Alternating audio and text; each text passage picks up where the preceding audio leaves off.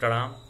मैं समर रज़ा central Hindu boys school का alumni हूँ। मैंने इसी साल 12th क्वालिफाई किया है और सेशन 2019-20 का मैं स्कूल कैप्टन भी रह चुका हूँ। अभी सीएचएस में एडमिशन को लेकर सेट एग्ज़ाम को हटाकर ई लॉटरी सिस्टम कर दिया गया है। इसको लेकर बहुत सारी भ्रांतियाँ लोगों में फैलाई जा रही हैं। सीएचएस के जो हमेशा से विरोधी रहे हैं या जो भी सीएचएस से उनको जो भी दिक्कत रही हो, उसको लेकर वो हमेशा से सीएचएस को बदनाम करने की कोशिश करते रहे हैं और इस बार भी उन्होंने इसी तरह बहुत सारी भ्रांतियां फैलाई हैं, लोगों में बदनाम करने की कोशिश कर रहे हैं। मेरे पास बहुत से बच्चों ने मैसेज किया कि भैया ऐसी बात है, लोग बोल रहे हैं कि ई लॉटरी सिस्टम में जो है वहाँ पर गड़बड़ कुछ हो सकती है, वो निष्पक्ष नहीं होगी, वहाँ पर बहुत ज़्यादा पार्शियलिटी हो जाएगी। और ये मैं बताना चाहूँगा कि पहले भी, जैसा कि आप सब जानते ही हैं, आपको बताने की ज़रूरत नहीं है, मुझसे बहुत पहले से आप लोग यहाँ पर रहे, मेरे सीनियर्स हैं। बरगछा और हमारे कोनुआ में वहाँ पर लॉटरी सिस्टम पहले से होता आया है, बिल्कुल निष्पक्ष हुआ है। और बहुत से लोग इसको सवाल खड़ा कर रहे हैं कि ई लॉटरी सिस्टम की क्या ज़रूरत थी, सेट करवाना चाहिए था। पर सीएचएस और बीएचयू प्रशासन ने जो फैसला लिया है वो बच्चों के हित को ध्यान में रखते हुए फैसला लिया है। अभी आप देख सकते हैं कि बनारस में 6000 से ज़्यादा केसेस आ चुके हैं। हर रोज़ संख्या जो है, यहाँ तक कि 200 से ज़्यादा संख्या हर रोज़ कोविड पेशेंट्स आ रहे हैं। 120 से ज़्यादा लोगों की डेथ्स हो चुकी हैं।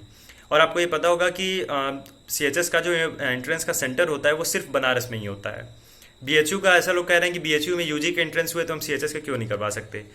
बीएचयू के जो यूजी के एंट्रेंस होते हैं उसके सेंटर्स ऑल ओवर इंडिया में पड़ते हैं, इस वजह से बच्चे डिस्ट्रीब्यूट हो जाते हैं।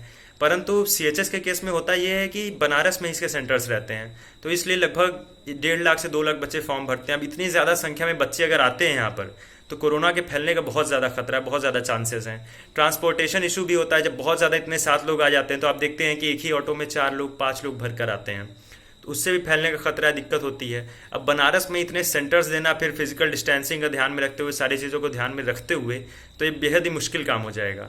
और कहीं ना कहीं क्लास 6 का बच्चा अगर आता है, वो छोटा होता है, उसके साथ माँ बाप आते हैं। 6 या 9th और 11th में भी देख लें, अगर पहली बार ज़्यादातर लोग बाहर से जब आते हैं, बिहार से या पूर्वांचल, और इस बार तो सेशन 2020 के लिए, इस बार तो 20-21 के लिए बाहर से नॉर्थ ईस्ट और साउथ इंडिया से भी फॉर्म्स आए हैं।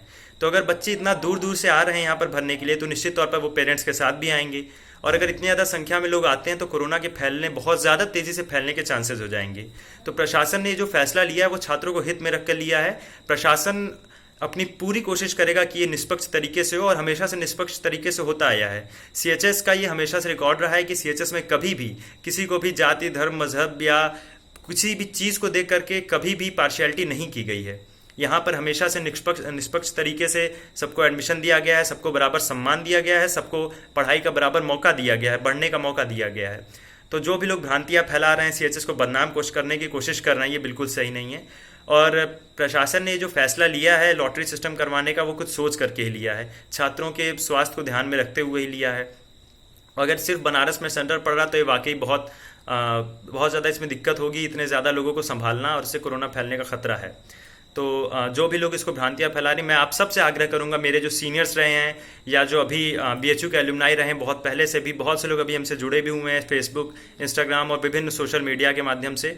तो मैं आप सबसे आग्रह करूंगा कि अगर कोई भी भ्रांति फैला रहा है, इस तरह की चीज़ें फैला रहा है सीएचएस के खिलाफ, तो कहीं ना कहीं ये मेरी, आपकी, हम सब की जिम्मेदारी बनती है कि हम सीएचएस जैसे जो हमारा पवित्र संस्थान है, महामना की ये जो बगिया है, हमारी जिम्मेदारी है, जो भी इसके खिलाफ कुछ चीज़ें फैला रहे हैं, भ्रांतियाँ फैला रहे हैं, हम उसका निराकरण करें और साथ ही इसको बदनाम होने से रोकें।